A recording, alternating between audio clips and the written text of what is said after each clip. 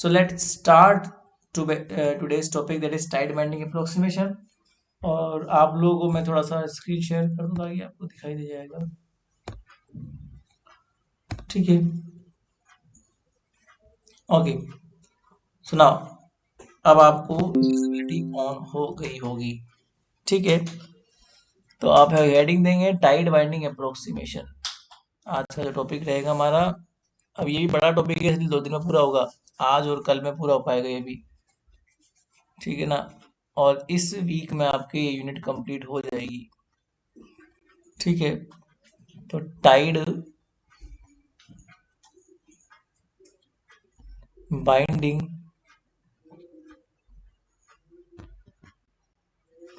Approximation,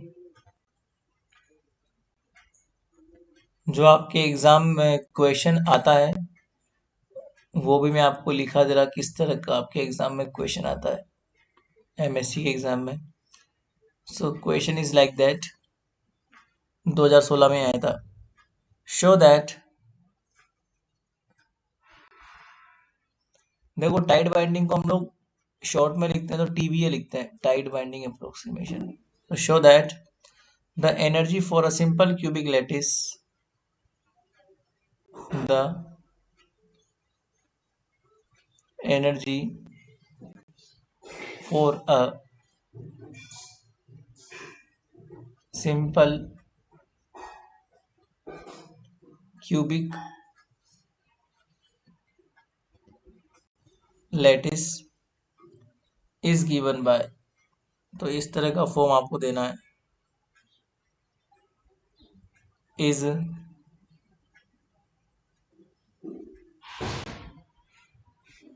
given by, इस तरह का फॉर्म आपको देना है, that is E K is equal to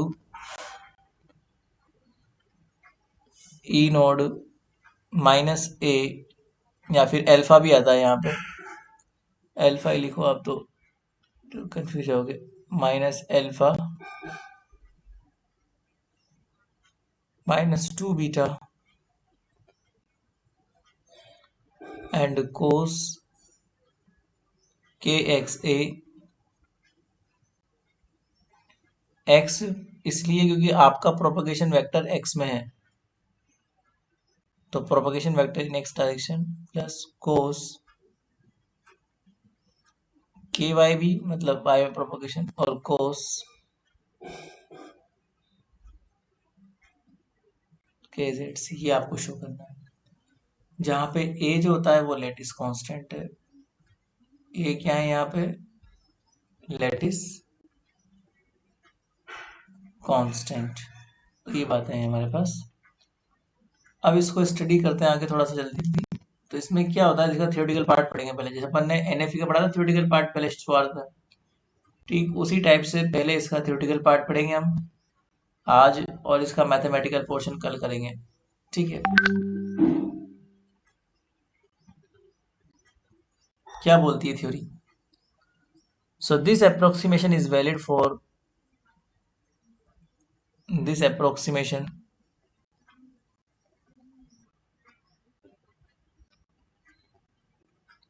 is valid for, ये उन्हीं के लिए काम करेगा जो टाइटली बाउंड होंगे इलेक्ट्रॉन, जैसे इनर मोस्ट इलेक्ट्रॉन जो न्यूक्लियस की पोटेंशियल के इन्फ्लुएंस में होते हैं, जो न्यूक्लियस के प्रभाव में होते हैं, वो इलेक्ट्रॉन्स टाइटली बाउंड होते हैं।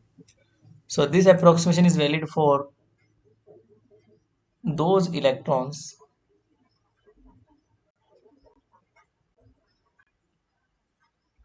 which are slightly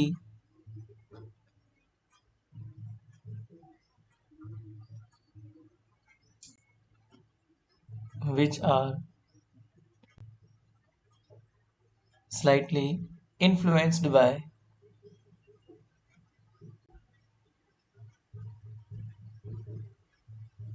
influenced by other atoms, others atoms मतलब कि खुद का तो न्यूक्लियस है ही सही, बाकी और दूसरे एटम्स भी है इन द एटल, इन द क्रिस्टल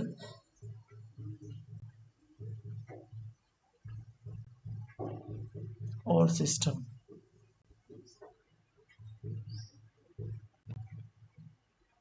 ठीक है। It is not valid for conduction electron, मतलब जो बाहर के इलेक्ट्रॉन होते हैं ना उनके लिए काम नहीं करता है। वो फ्री इलेक्ट्रॉन होता है तो उसके लिए फ्री इलेक्ट्रॉन अप्रोक्सीमेशन काम करता है। It is not valid for the conduction electron, मतलब वो इलेक्ट्रॉन जो कंडक्शन बैंड में जा चुके हैं या फिर जो कंडक्टिविटी उत्पन्न करते हैं या फिर जो इलेक्ट्रॉन फ्री होते हैं इन द एटम, वहां काम नहीं करता है।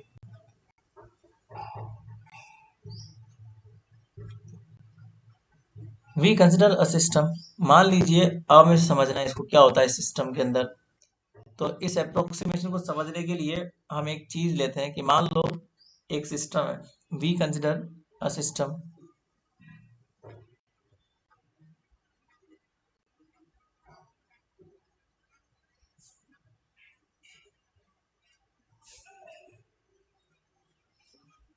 Having N atoms, having N atoms, मान लो उसके अंदर एन एटम्स हैं। This is an isolated system, this is an isolated system, मतलब एकदम आइसोलेटेड है वो। ठीक है, मतलब किसी से कोई मतलब नहीं है। एक सिस्टम में एन एटम्स हैं, बस वो एन एटम्स आपस में इंटरेक्ट करेंगे, पर उस सिस्टम का किसी दूसरे सिस्टम से कोई मतलब नहीं है। मतलब दूसरे सिस्टम के एटम से कोई मतलब नहीं है उसका, केवल अपने ही खुद के एटम से मतलब है ना। तो वो एन एटम्स आपस में इंटरेक्ट कर सकते हैं। This is N isotope, the wave function of an atom,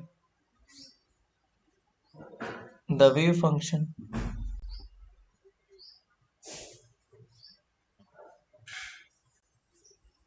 of atom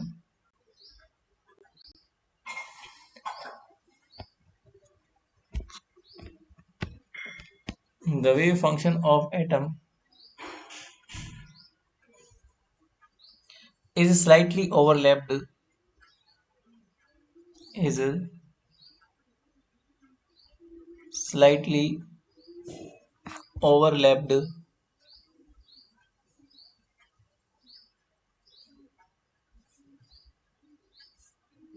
by other atoms।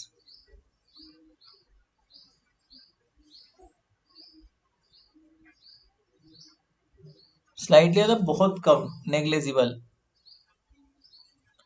Other atoms wave function.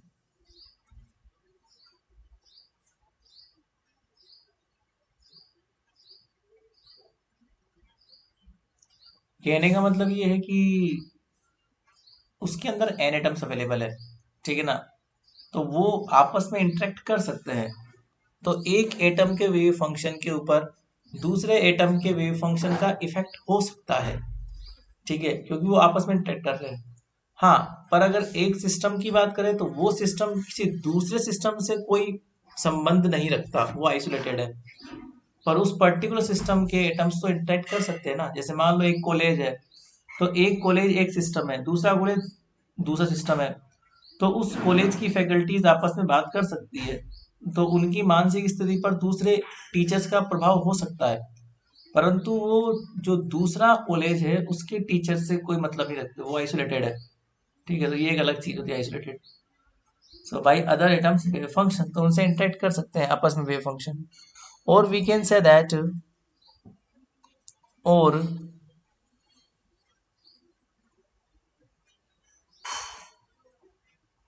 we can say that the wave function of these atoms,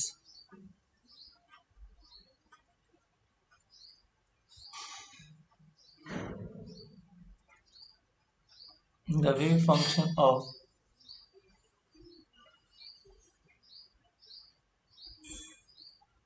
these atoms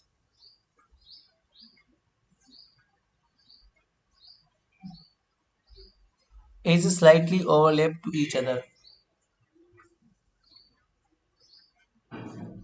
Is slightly overlapped to each other. आपस में भी वो overlapped हो सकते हैं. ठीक है. Thus the behavior of the electron, thus the behavior of the electron of atom, मतलब एटम के इलेक्ट्रॉन का behaviour is influenced by, is influenced by its parent nucleus, its parent nucleus. हम जानते ही हैं अगर अंदर का इलेक्ट्रॉन है तो वो इलेक्ट्रॉन जिस एटम का है उस एटम का जो न्यूक्लियस है वो उसका पेरेंट न्यूक्लियस है. तो आपका इलेक्ट्रॉन अपने पेरेंट न्यूक्लियस से तो इन्फ्लुएंस्ड होगा ना. मान लो ये इलेक्ट्रॉन है, अंदर वाला इलेक्ट्रॉन है, तो अपने न्यूक्लियस से तो इंटरेक्शन रखता है, भले ही वो दूसरे वाले एटम के न्यूक्लियस से कम रखता हो, पर अपने वाले न्यूक्लियस से ज्यादा रखता है वो इंटरेक्शन, तो इन्फ्लुएंस्ड होता है इलेक्ट्रॉन. ठीक है. And the energy of the crystal have, and the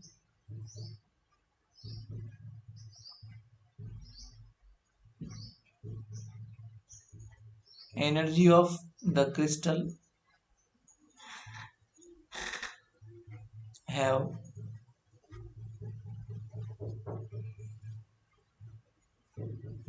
band form. अब ये बैंड फॉर्म आपको मैंने पढ़ा दिया पहले कि जहां पर इलेक्ट्रॉन होते हैं वहां पर अलाउड बैंड होते हैं, जहां पर इलेक्ट्रॉन नहीं होते हैं वहां पर फॉरबिडन बैंड होते हैं. ठीक है ना. तो ये सारे उस बैंड फॉर्म की फॉर्म में एनर्जी फॉर्म करते हैं.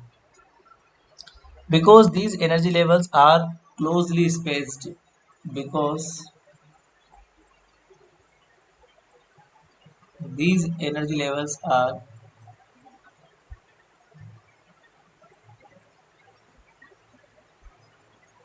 closely spaced.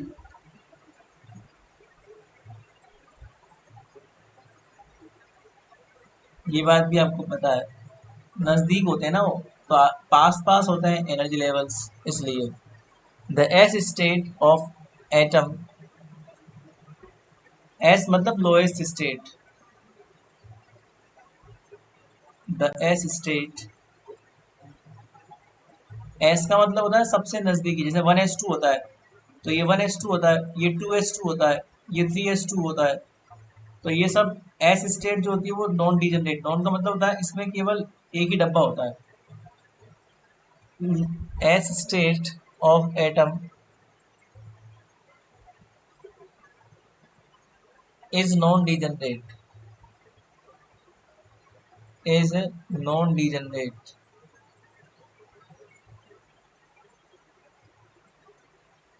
ठीक है.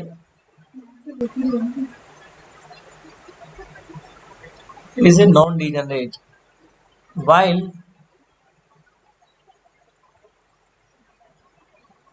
PDF like this, PDF non degenerate मतलब एक ही उसमें अवेलेबल है स्टेट. अब पी के अंदर क्या ऐसा होता है, पी के अंदर, डी के अंदर ऐसा होता है ना. तो इनमें डीजेनरेसी आ जाती है. डीजेनरेसी मतलब ये होता है कि इसमें बहुत सारे इलेक्ट्रॉन रह सकते हैं. तो अगर एक ही एनर्जी स्टेट में बहुत सारे वेव फंक्शन होते हैं तो उसे डीजेनरेसी बोलते हैं. तो ये डीजेनरेसी कहाँ पर होती है, ये डीजेनरेसी पीडीएफ में होती है. तो while PDF are degenerate,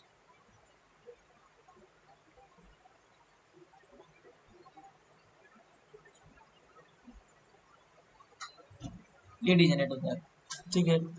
here we all study only here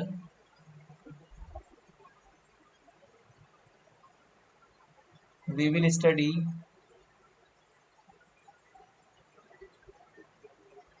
only non-degenerate system, only non-degenerate system। क्यों?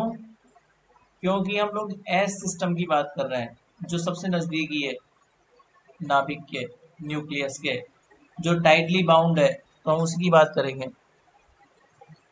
So the total wave function of the crystal,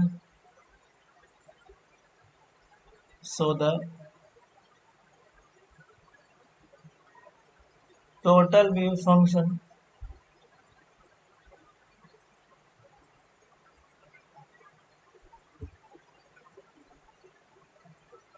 of the crystal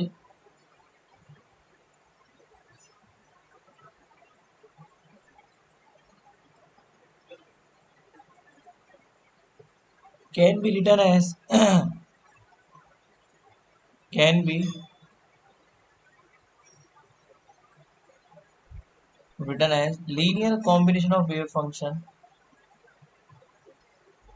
linear combination of wave function of isolated system, of isolated system। मतलब किसी एक electron का या किसी एक atom का wave function आप लिखना चाहोगे तो बहुत सारे इलेक्ट्रॉन वेव फंक्शन का क्या हो जाएगा, कॉम्बिनेशन, क्योंकि सबसे इन्फ्लुएंस्ड है।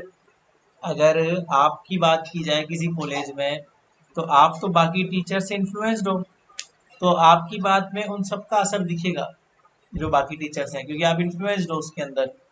ठीक है ना? इसका मतलब ये है कि आपका वेव फंक्शन उन सभी के वेव फंक्शन का क्या हो जाएगा, लीनियर कॉम्बिनेशन हो जाएगा। ठीक है। So the total wave function, so the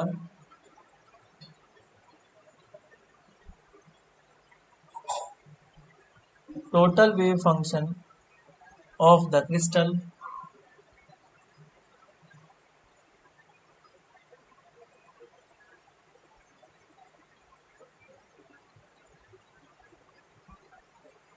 can be written as, ये तो लिख दिया अपन ने, therefore, ये पहला तो हो गया हमारा, therefore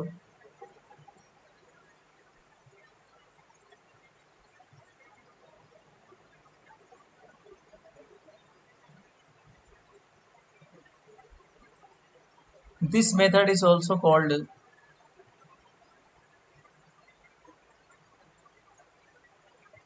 this method is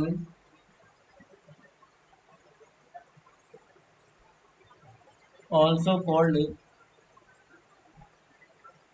linear combination of atomic orbits,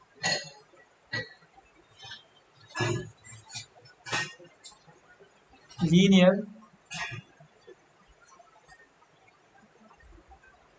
combination of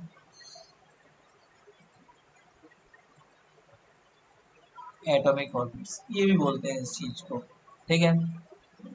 अब ये इन्फ्लुएंस देखना कैसे होता है, जैसे मान लो आपके पास में एक एटम है, एक सिस्टम है, उसमें बहुत सारे एटम है, ये पहला एटम, दूसरा एटम, तीसरा एटम, चौथा एटम, ऐसे एटम्स बने हुए हैं।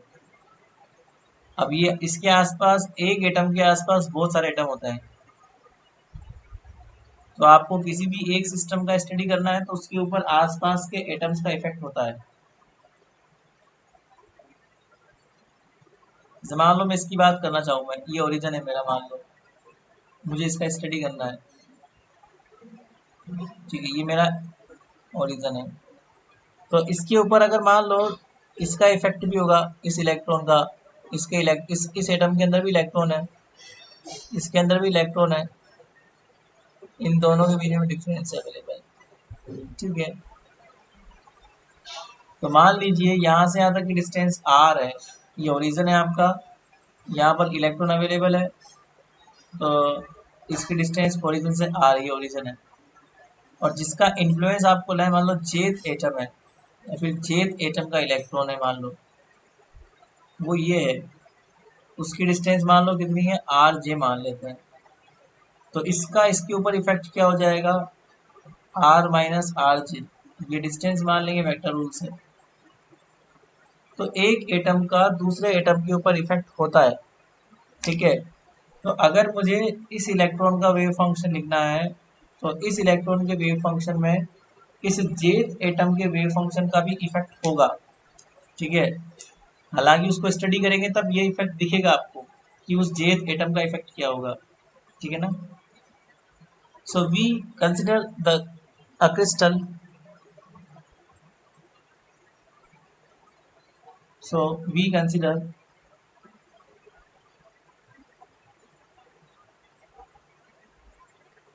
a crystal and take one of its jth atom,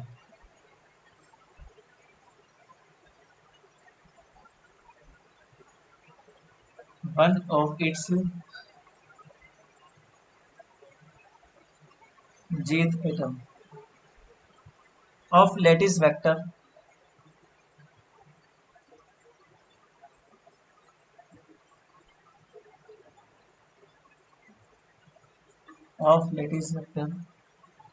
rj vector, ये उसका लेटिस वेक्टर है with respect to a,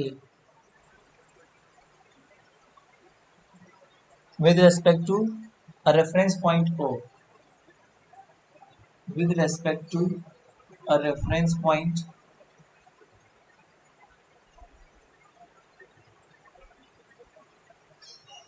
o के रेस्पेक्ट में हम लोग बात करेंगे। Let the position vector of electron, let the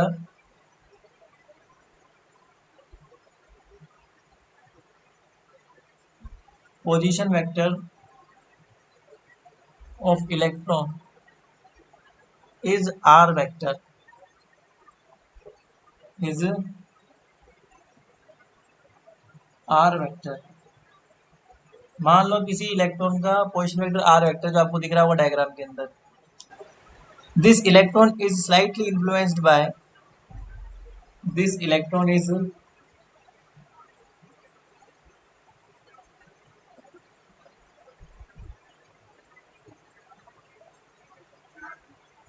slightly influenced by,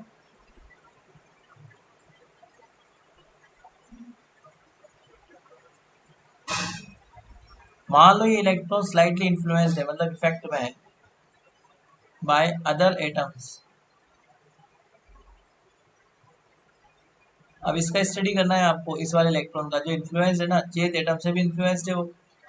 जेथ एटम के अलावा क्रिस्टल में और भी बहुत सारे एटम्स हैं जिससे वो इन्फ्लुएंस्ड है। जेथ एटम तो एक एग्जाम्पल है, बट वो जेथ एटम वेरी कर सकता है। इस इलेक्ट्रॉन का स्टडी करना है आपको, ये आपका टारगेट है।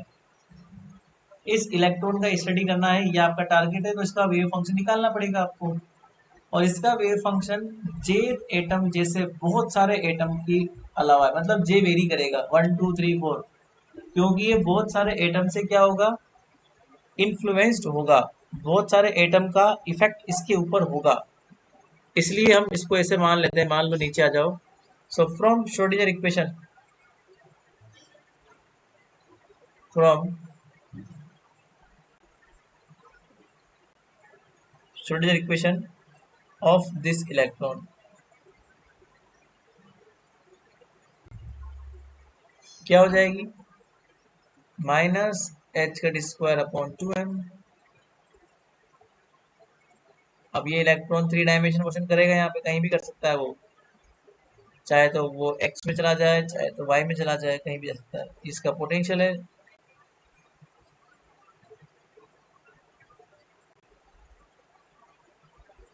ठीक है। थोड़ा सा और सोल्व करो इसको,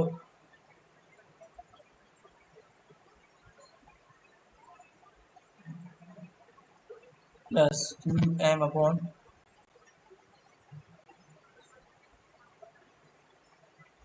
अब जब आप इसका स्टडी करोगे, थोड़ा सा आगे से सोल्व करोगे, सो इसका रिजल्टेंट वेव फंक्शन जो है वो बाकी सबका लीनियर कॉम्बिनेशन होगा इन्फ्लुएंस की फॉर्म में। तो इस इलेक्ट्रॉन का वेव फंक्शन, वो इलेक्ट्रॉन वो इलेक्ट्रॉन जो ओरिजिन से आर वेक्टर डिस्टेंस पर है, मतलब उसका पोजीशन वेक्टर है वो क्या है, ओरिजिन से आर वेक्टर है। और अगर आप उसका स्टडी करना चाहोगे तो resultant wave function of electron 10 resultant wave function of electron, अगर आपको उसका स्टडी करना है इलेक्ट्रॉन का, तो उसका जो वेव फंक्शन है वो क्या हो जाएगा, जितने भी एटम्स हैं, अब वो जेथ एटम जैसे तो जे बराबर वेरी करेगा, सबका सम कर दो, लीनियर कॉम्बिनेशन हो जाएगा। So this is called the linear combination. और हमेशा अगर जे की बात करोगे तो उसका वेक्टर क्या हो जाएगा, आर माइनस आर जे। अब अगर जे एटम जैसे बहुत सारे एटम्स हैं, तो जैसे R minus R one, R minus R two, R minus R three, बहुत सारे एटम्स का लीनियर कॉम्बिनेशन माना जा सकता है। इस तरीके से हम इसको मान सकते हैं। So this is what I am saying that कि हमारे पास ये जो सी जे है वो जो है coefficient required for linear combination, ये लीनियर कॉम्बिनेशन करवाएगा। सो कोफिशिएंट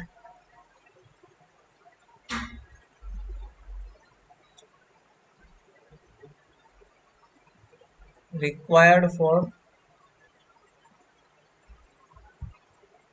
लीनियर कॉम्बिनेशन, तो लीनियर कंबाइन करने के लिए ये जरूरी है, ठीक है।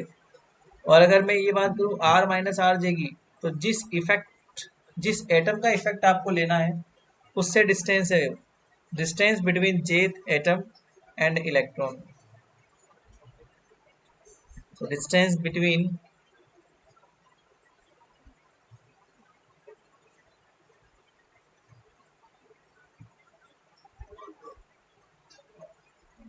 jth एटम एंड इलेक्ट्रॉन, तो जिस एटम का इफेक्ट आपको देखना है उससे डिस्टेंस कहलाती है आपकी ये वाली, इस तरीके से, ठीक है। तो ये वाली बात थी। अब इसके बाद में ये तो उसका बेसिक स्ट्रक्चर है, अब इसको हम आगे स्टडी करना चाहेंगे धीरे धीरे। इसका लंबा चौड़ा थोड़ा सा मैथमेटिकल डिस्क्रिप्शन होगा, अब वो मैथमेटिकल डिस्क्रिप्शन हम लोग कल करेंगे, ठीक है। आज मुझे कॉलेज निकलना पड़ेगा, तो ठीक है।